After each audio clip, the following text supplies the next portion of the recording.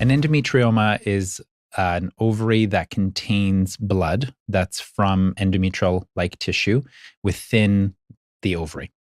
Essentially, when an endometrioma forms, it forms usually at the site of the peritoneum, which is the lining of the abdominal cavity, and the ovary sort of invaginates around it or envelops the endometriosis tissue. And through the stimulation of the endometrial tissue with hormones, there's a bit of a proliferation and a shedding, much like the endometrium itself within the uterus. And over time, that endometrioma can grow thanks to the fluid buildup. But the fluid can't escape the ovary because it's stuck to the peritoneum, it's stuck to a nodule of some kind. And so they can get quite large. I have a patient right now who's got an endometrioma up to 20 centimeters. Wow. So they can fill the entire abdomen. Fortunately, most don't get that big, but they can. And having the knowledge of the endometrioma size, the appearance, the location of fixation, where it's adherent, is all really key to that surgical planning if surgery is going to be done. So it's not really like even it's a cyst at all? Would you think that really? It's actually not a cyst. Yeah. So it's not like a dermoid cyst or a serous cystadenoma, as many people call a simple cyst, follicular cyst type. It's not in the ovary, although it looks like it is because the ovary kind of wraps around it rather than it being truly within.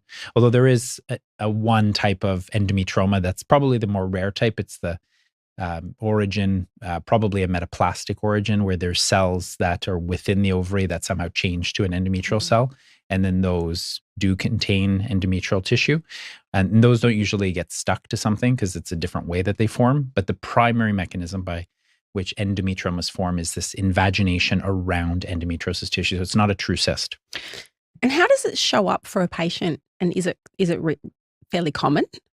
Endometriomas are the most common visual cue for endometriosis, though not the most common subtype of endometriosis. The most common subtype is superficial endometriosis.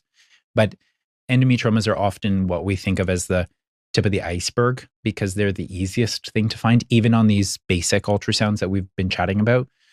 When people view the ovaries, they can see them. But if you don't look for the other forms of endo, you don't see them. So it's sort of the tip of the iceberg.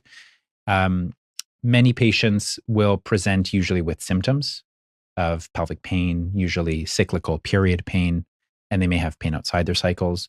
And some people will find out about their endometriomas when they are experiencing infertility. And their first gynecologic scan may be with a fertility clinic, and they detect an endometrioma. But unfortunately, a lot of places around the world are still not really using the proper terminology. So they're describing these as complex cysts. We'll see that on a lot of reports. That doesn't tell anybody what it is.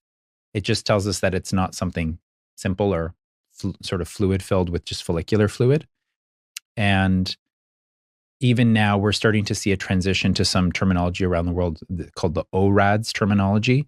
It's the ovarian nomenclature amongst radiologists. And they often will say ORADS 2 or ORADS 3, but not actually say that it's an endometrioma.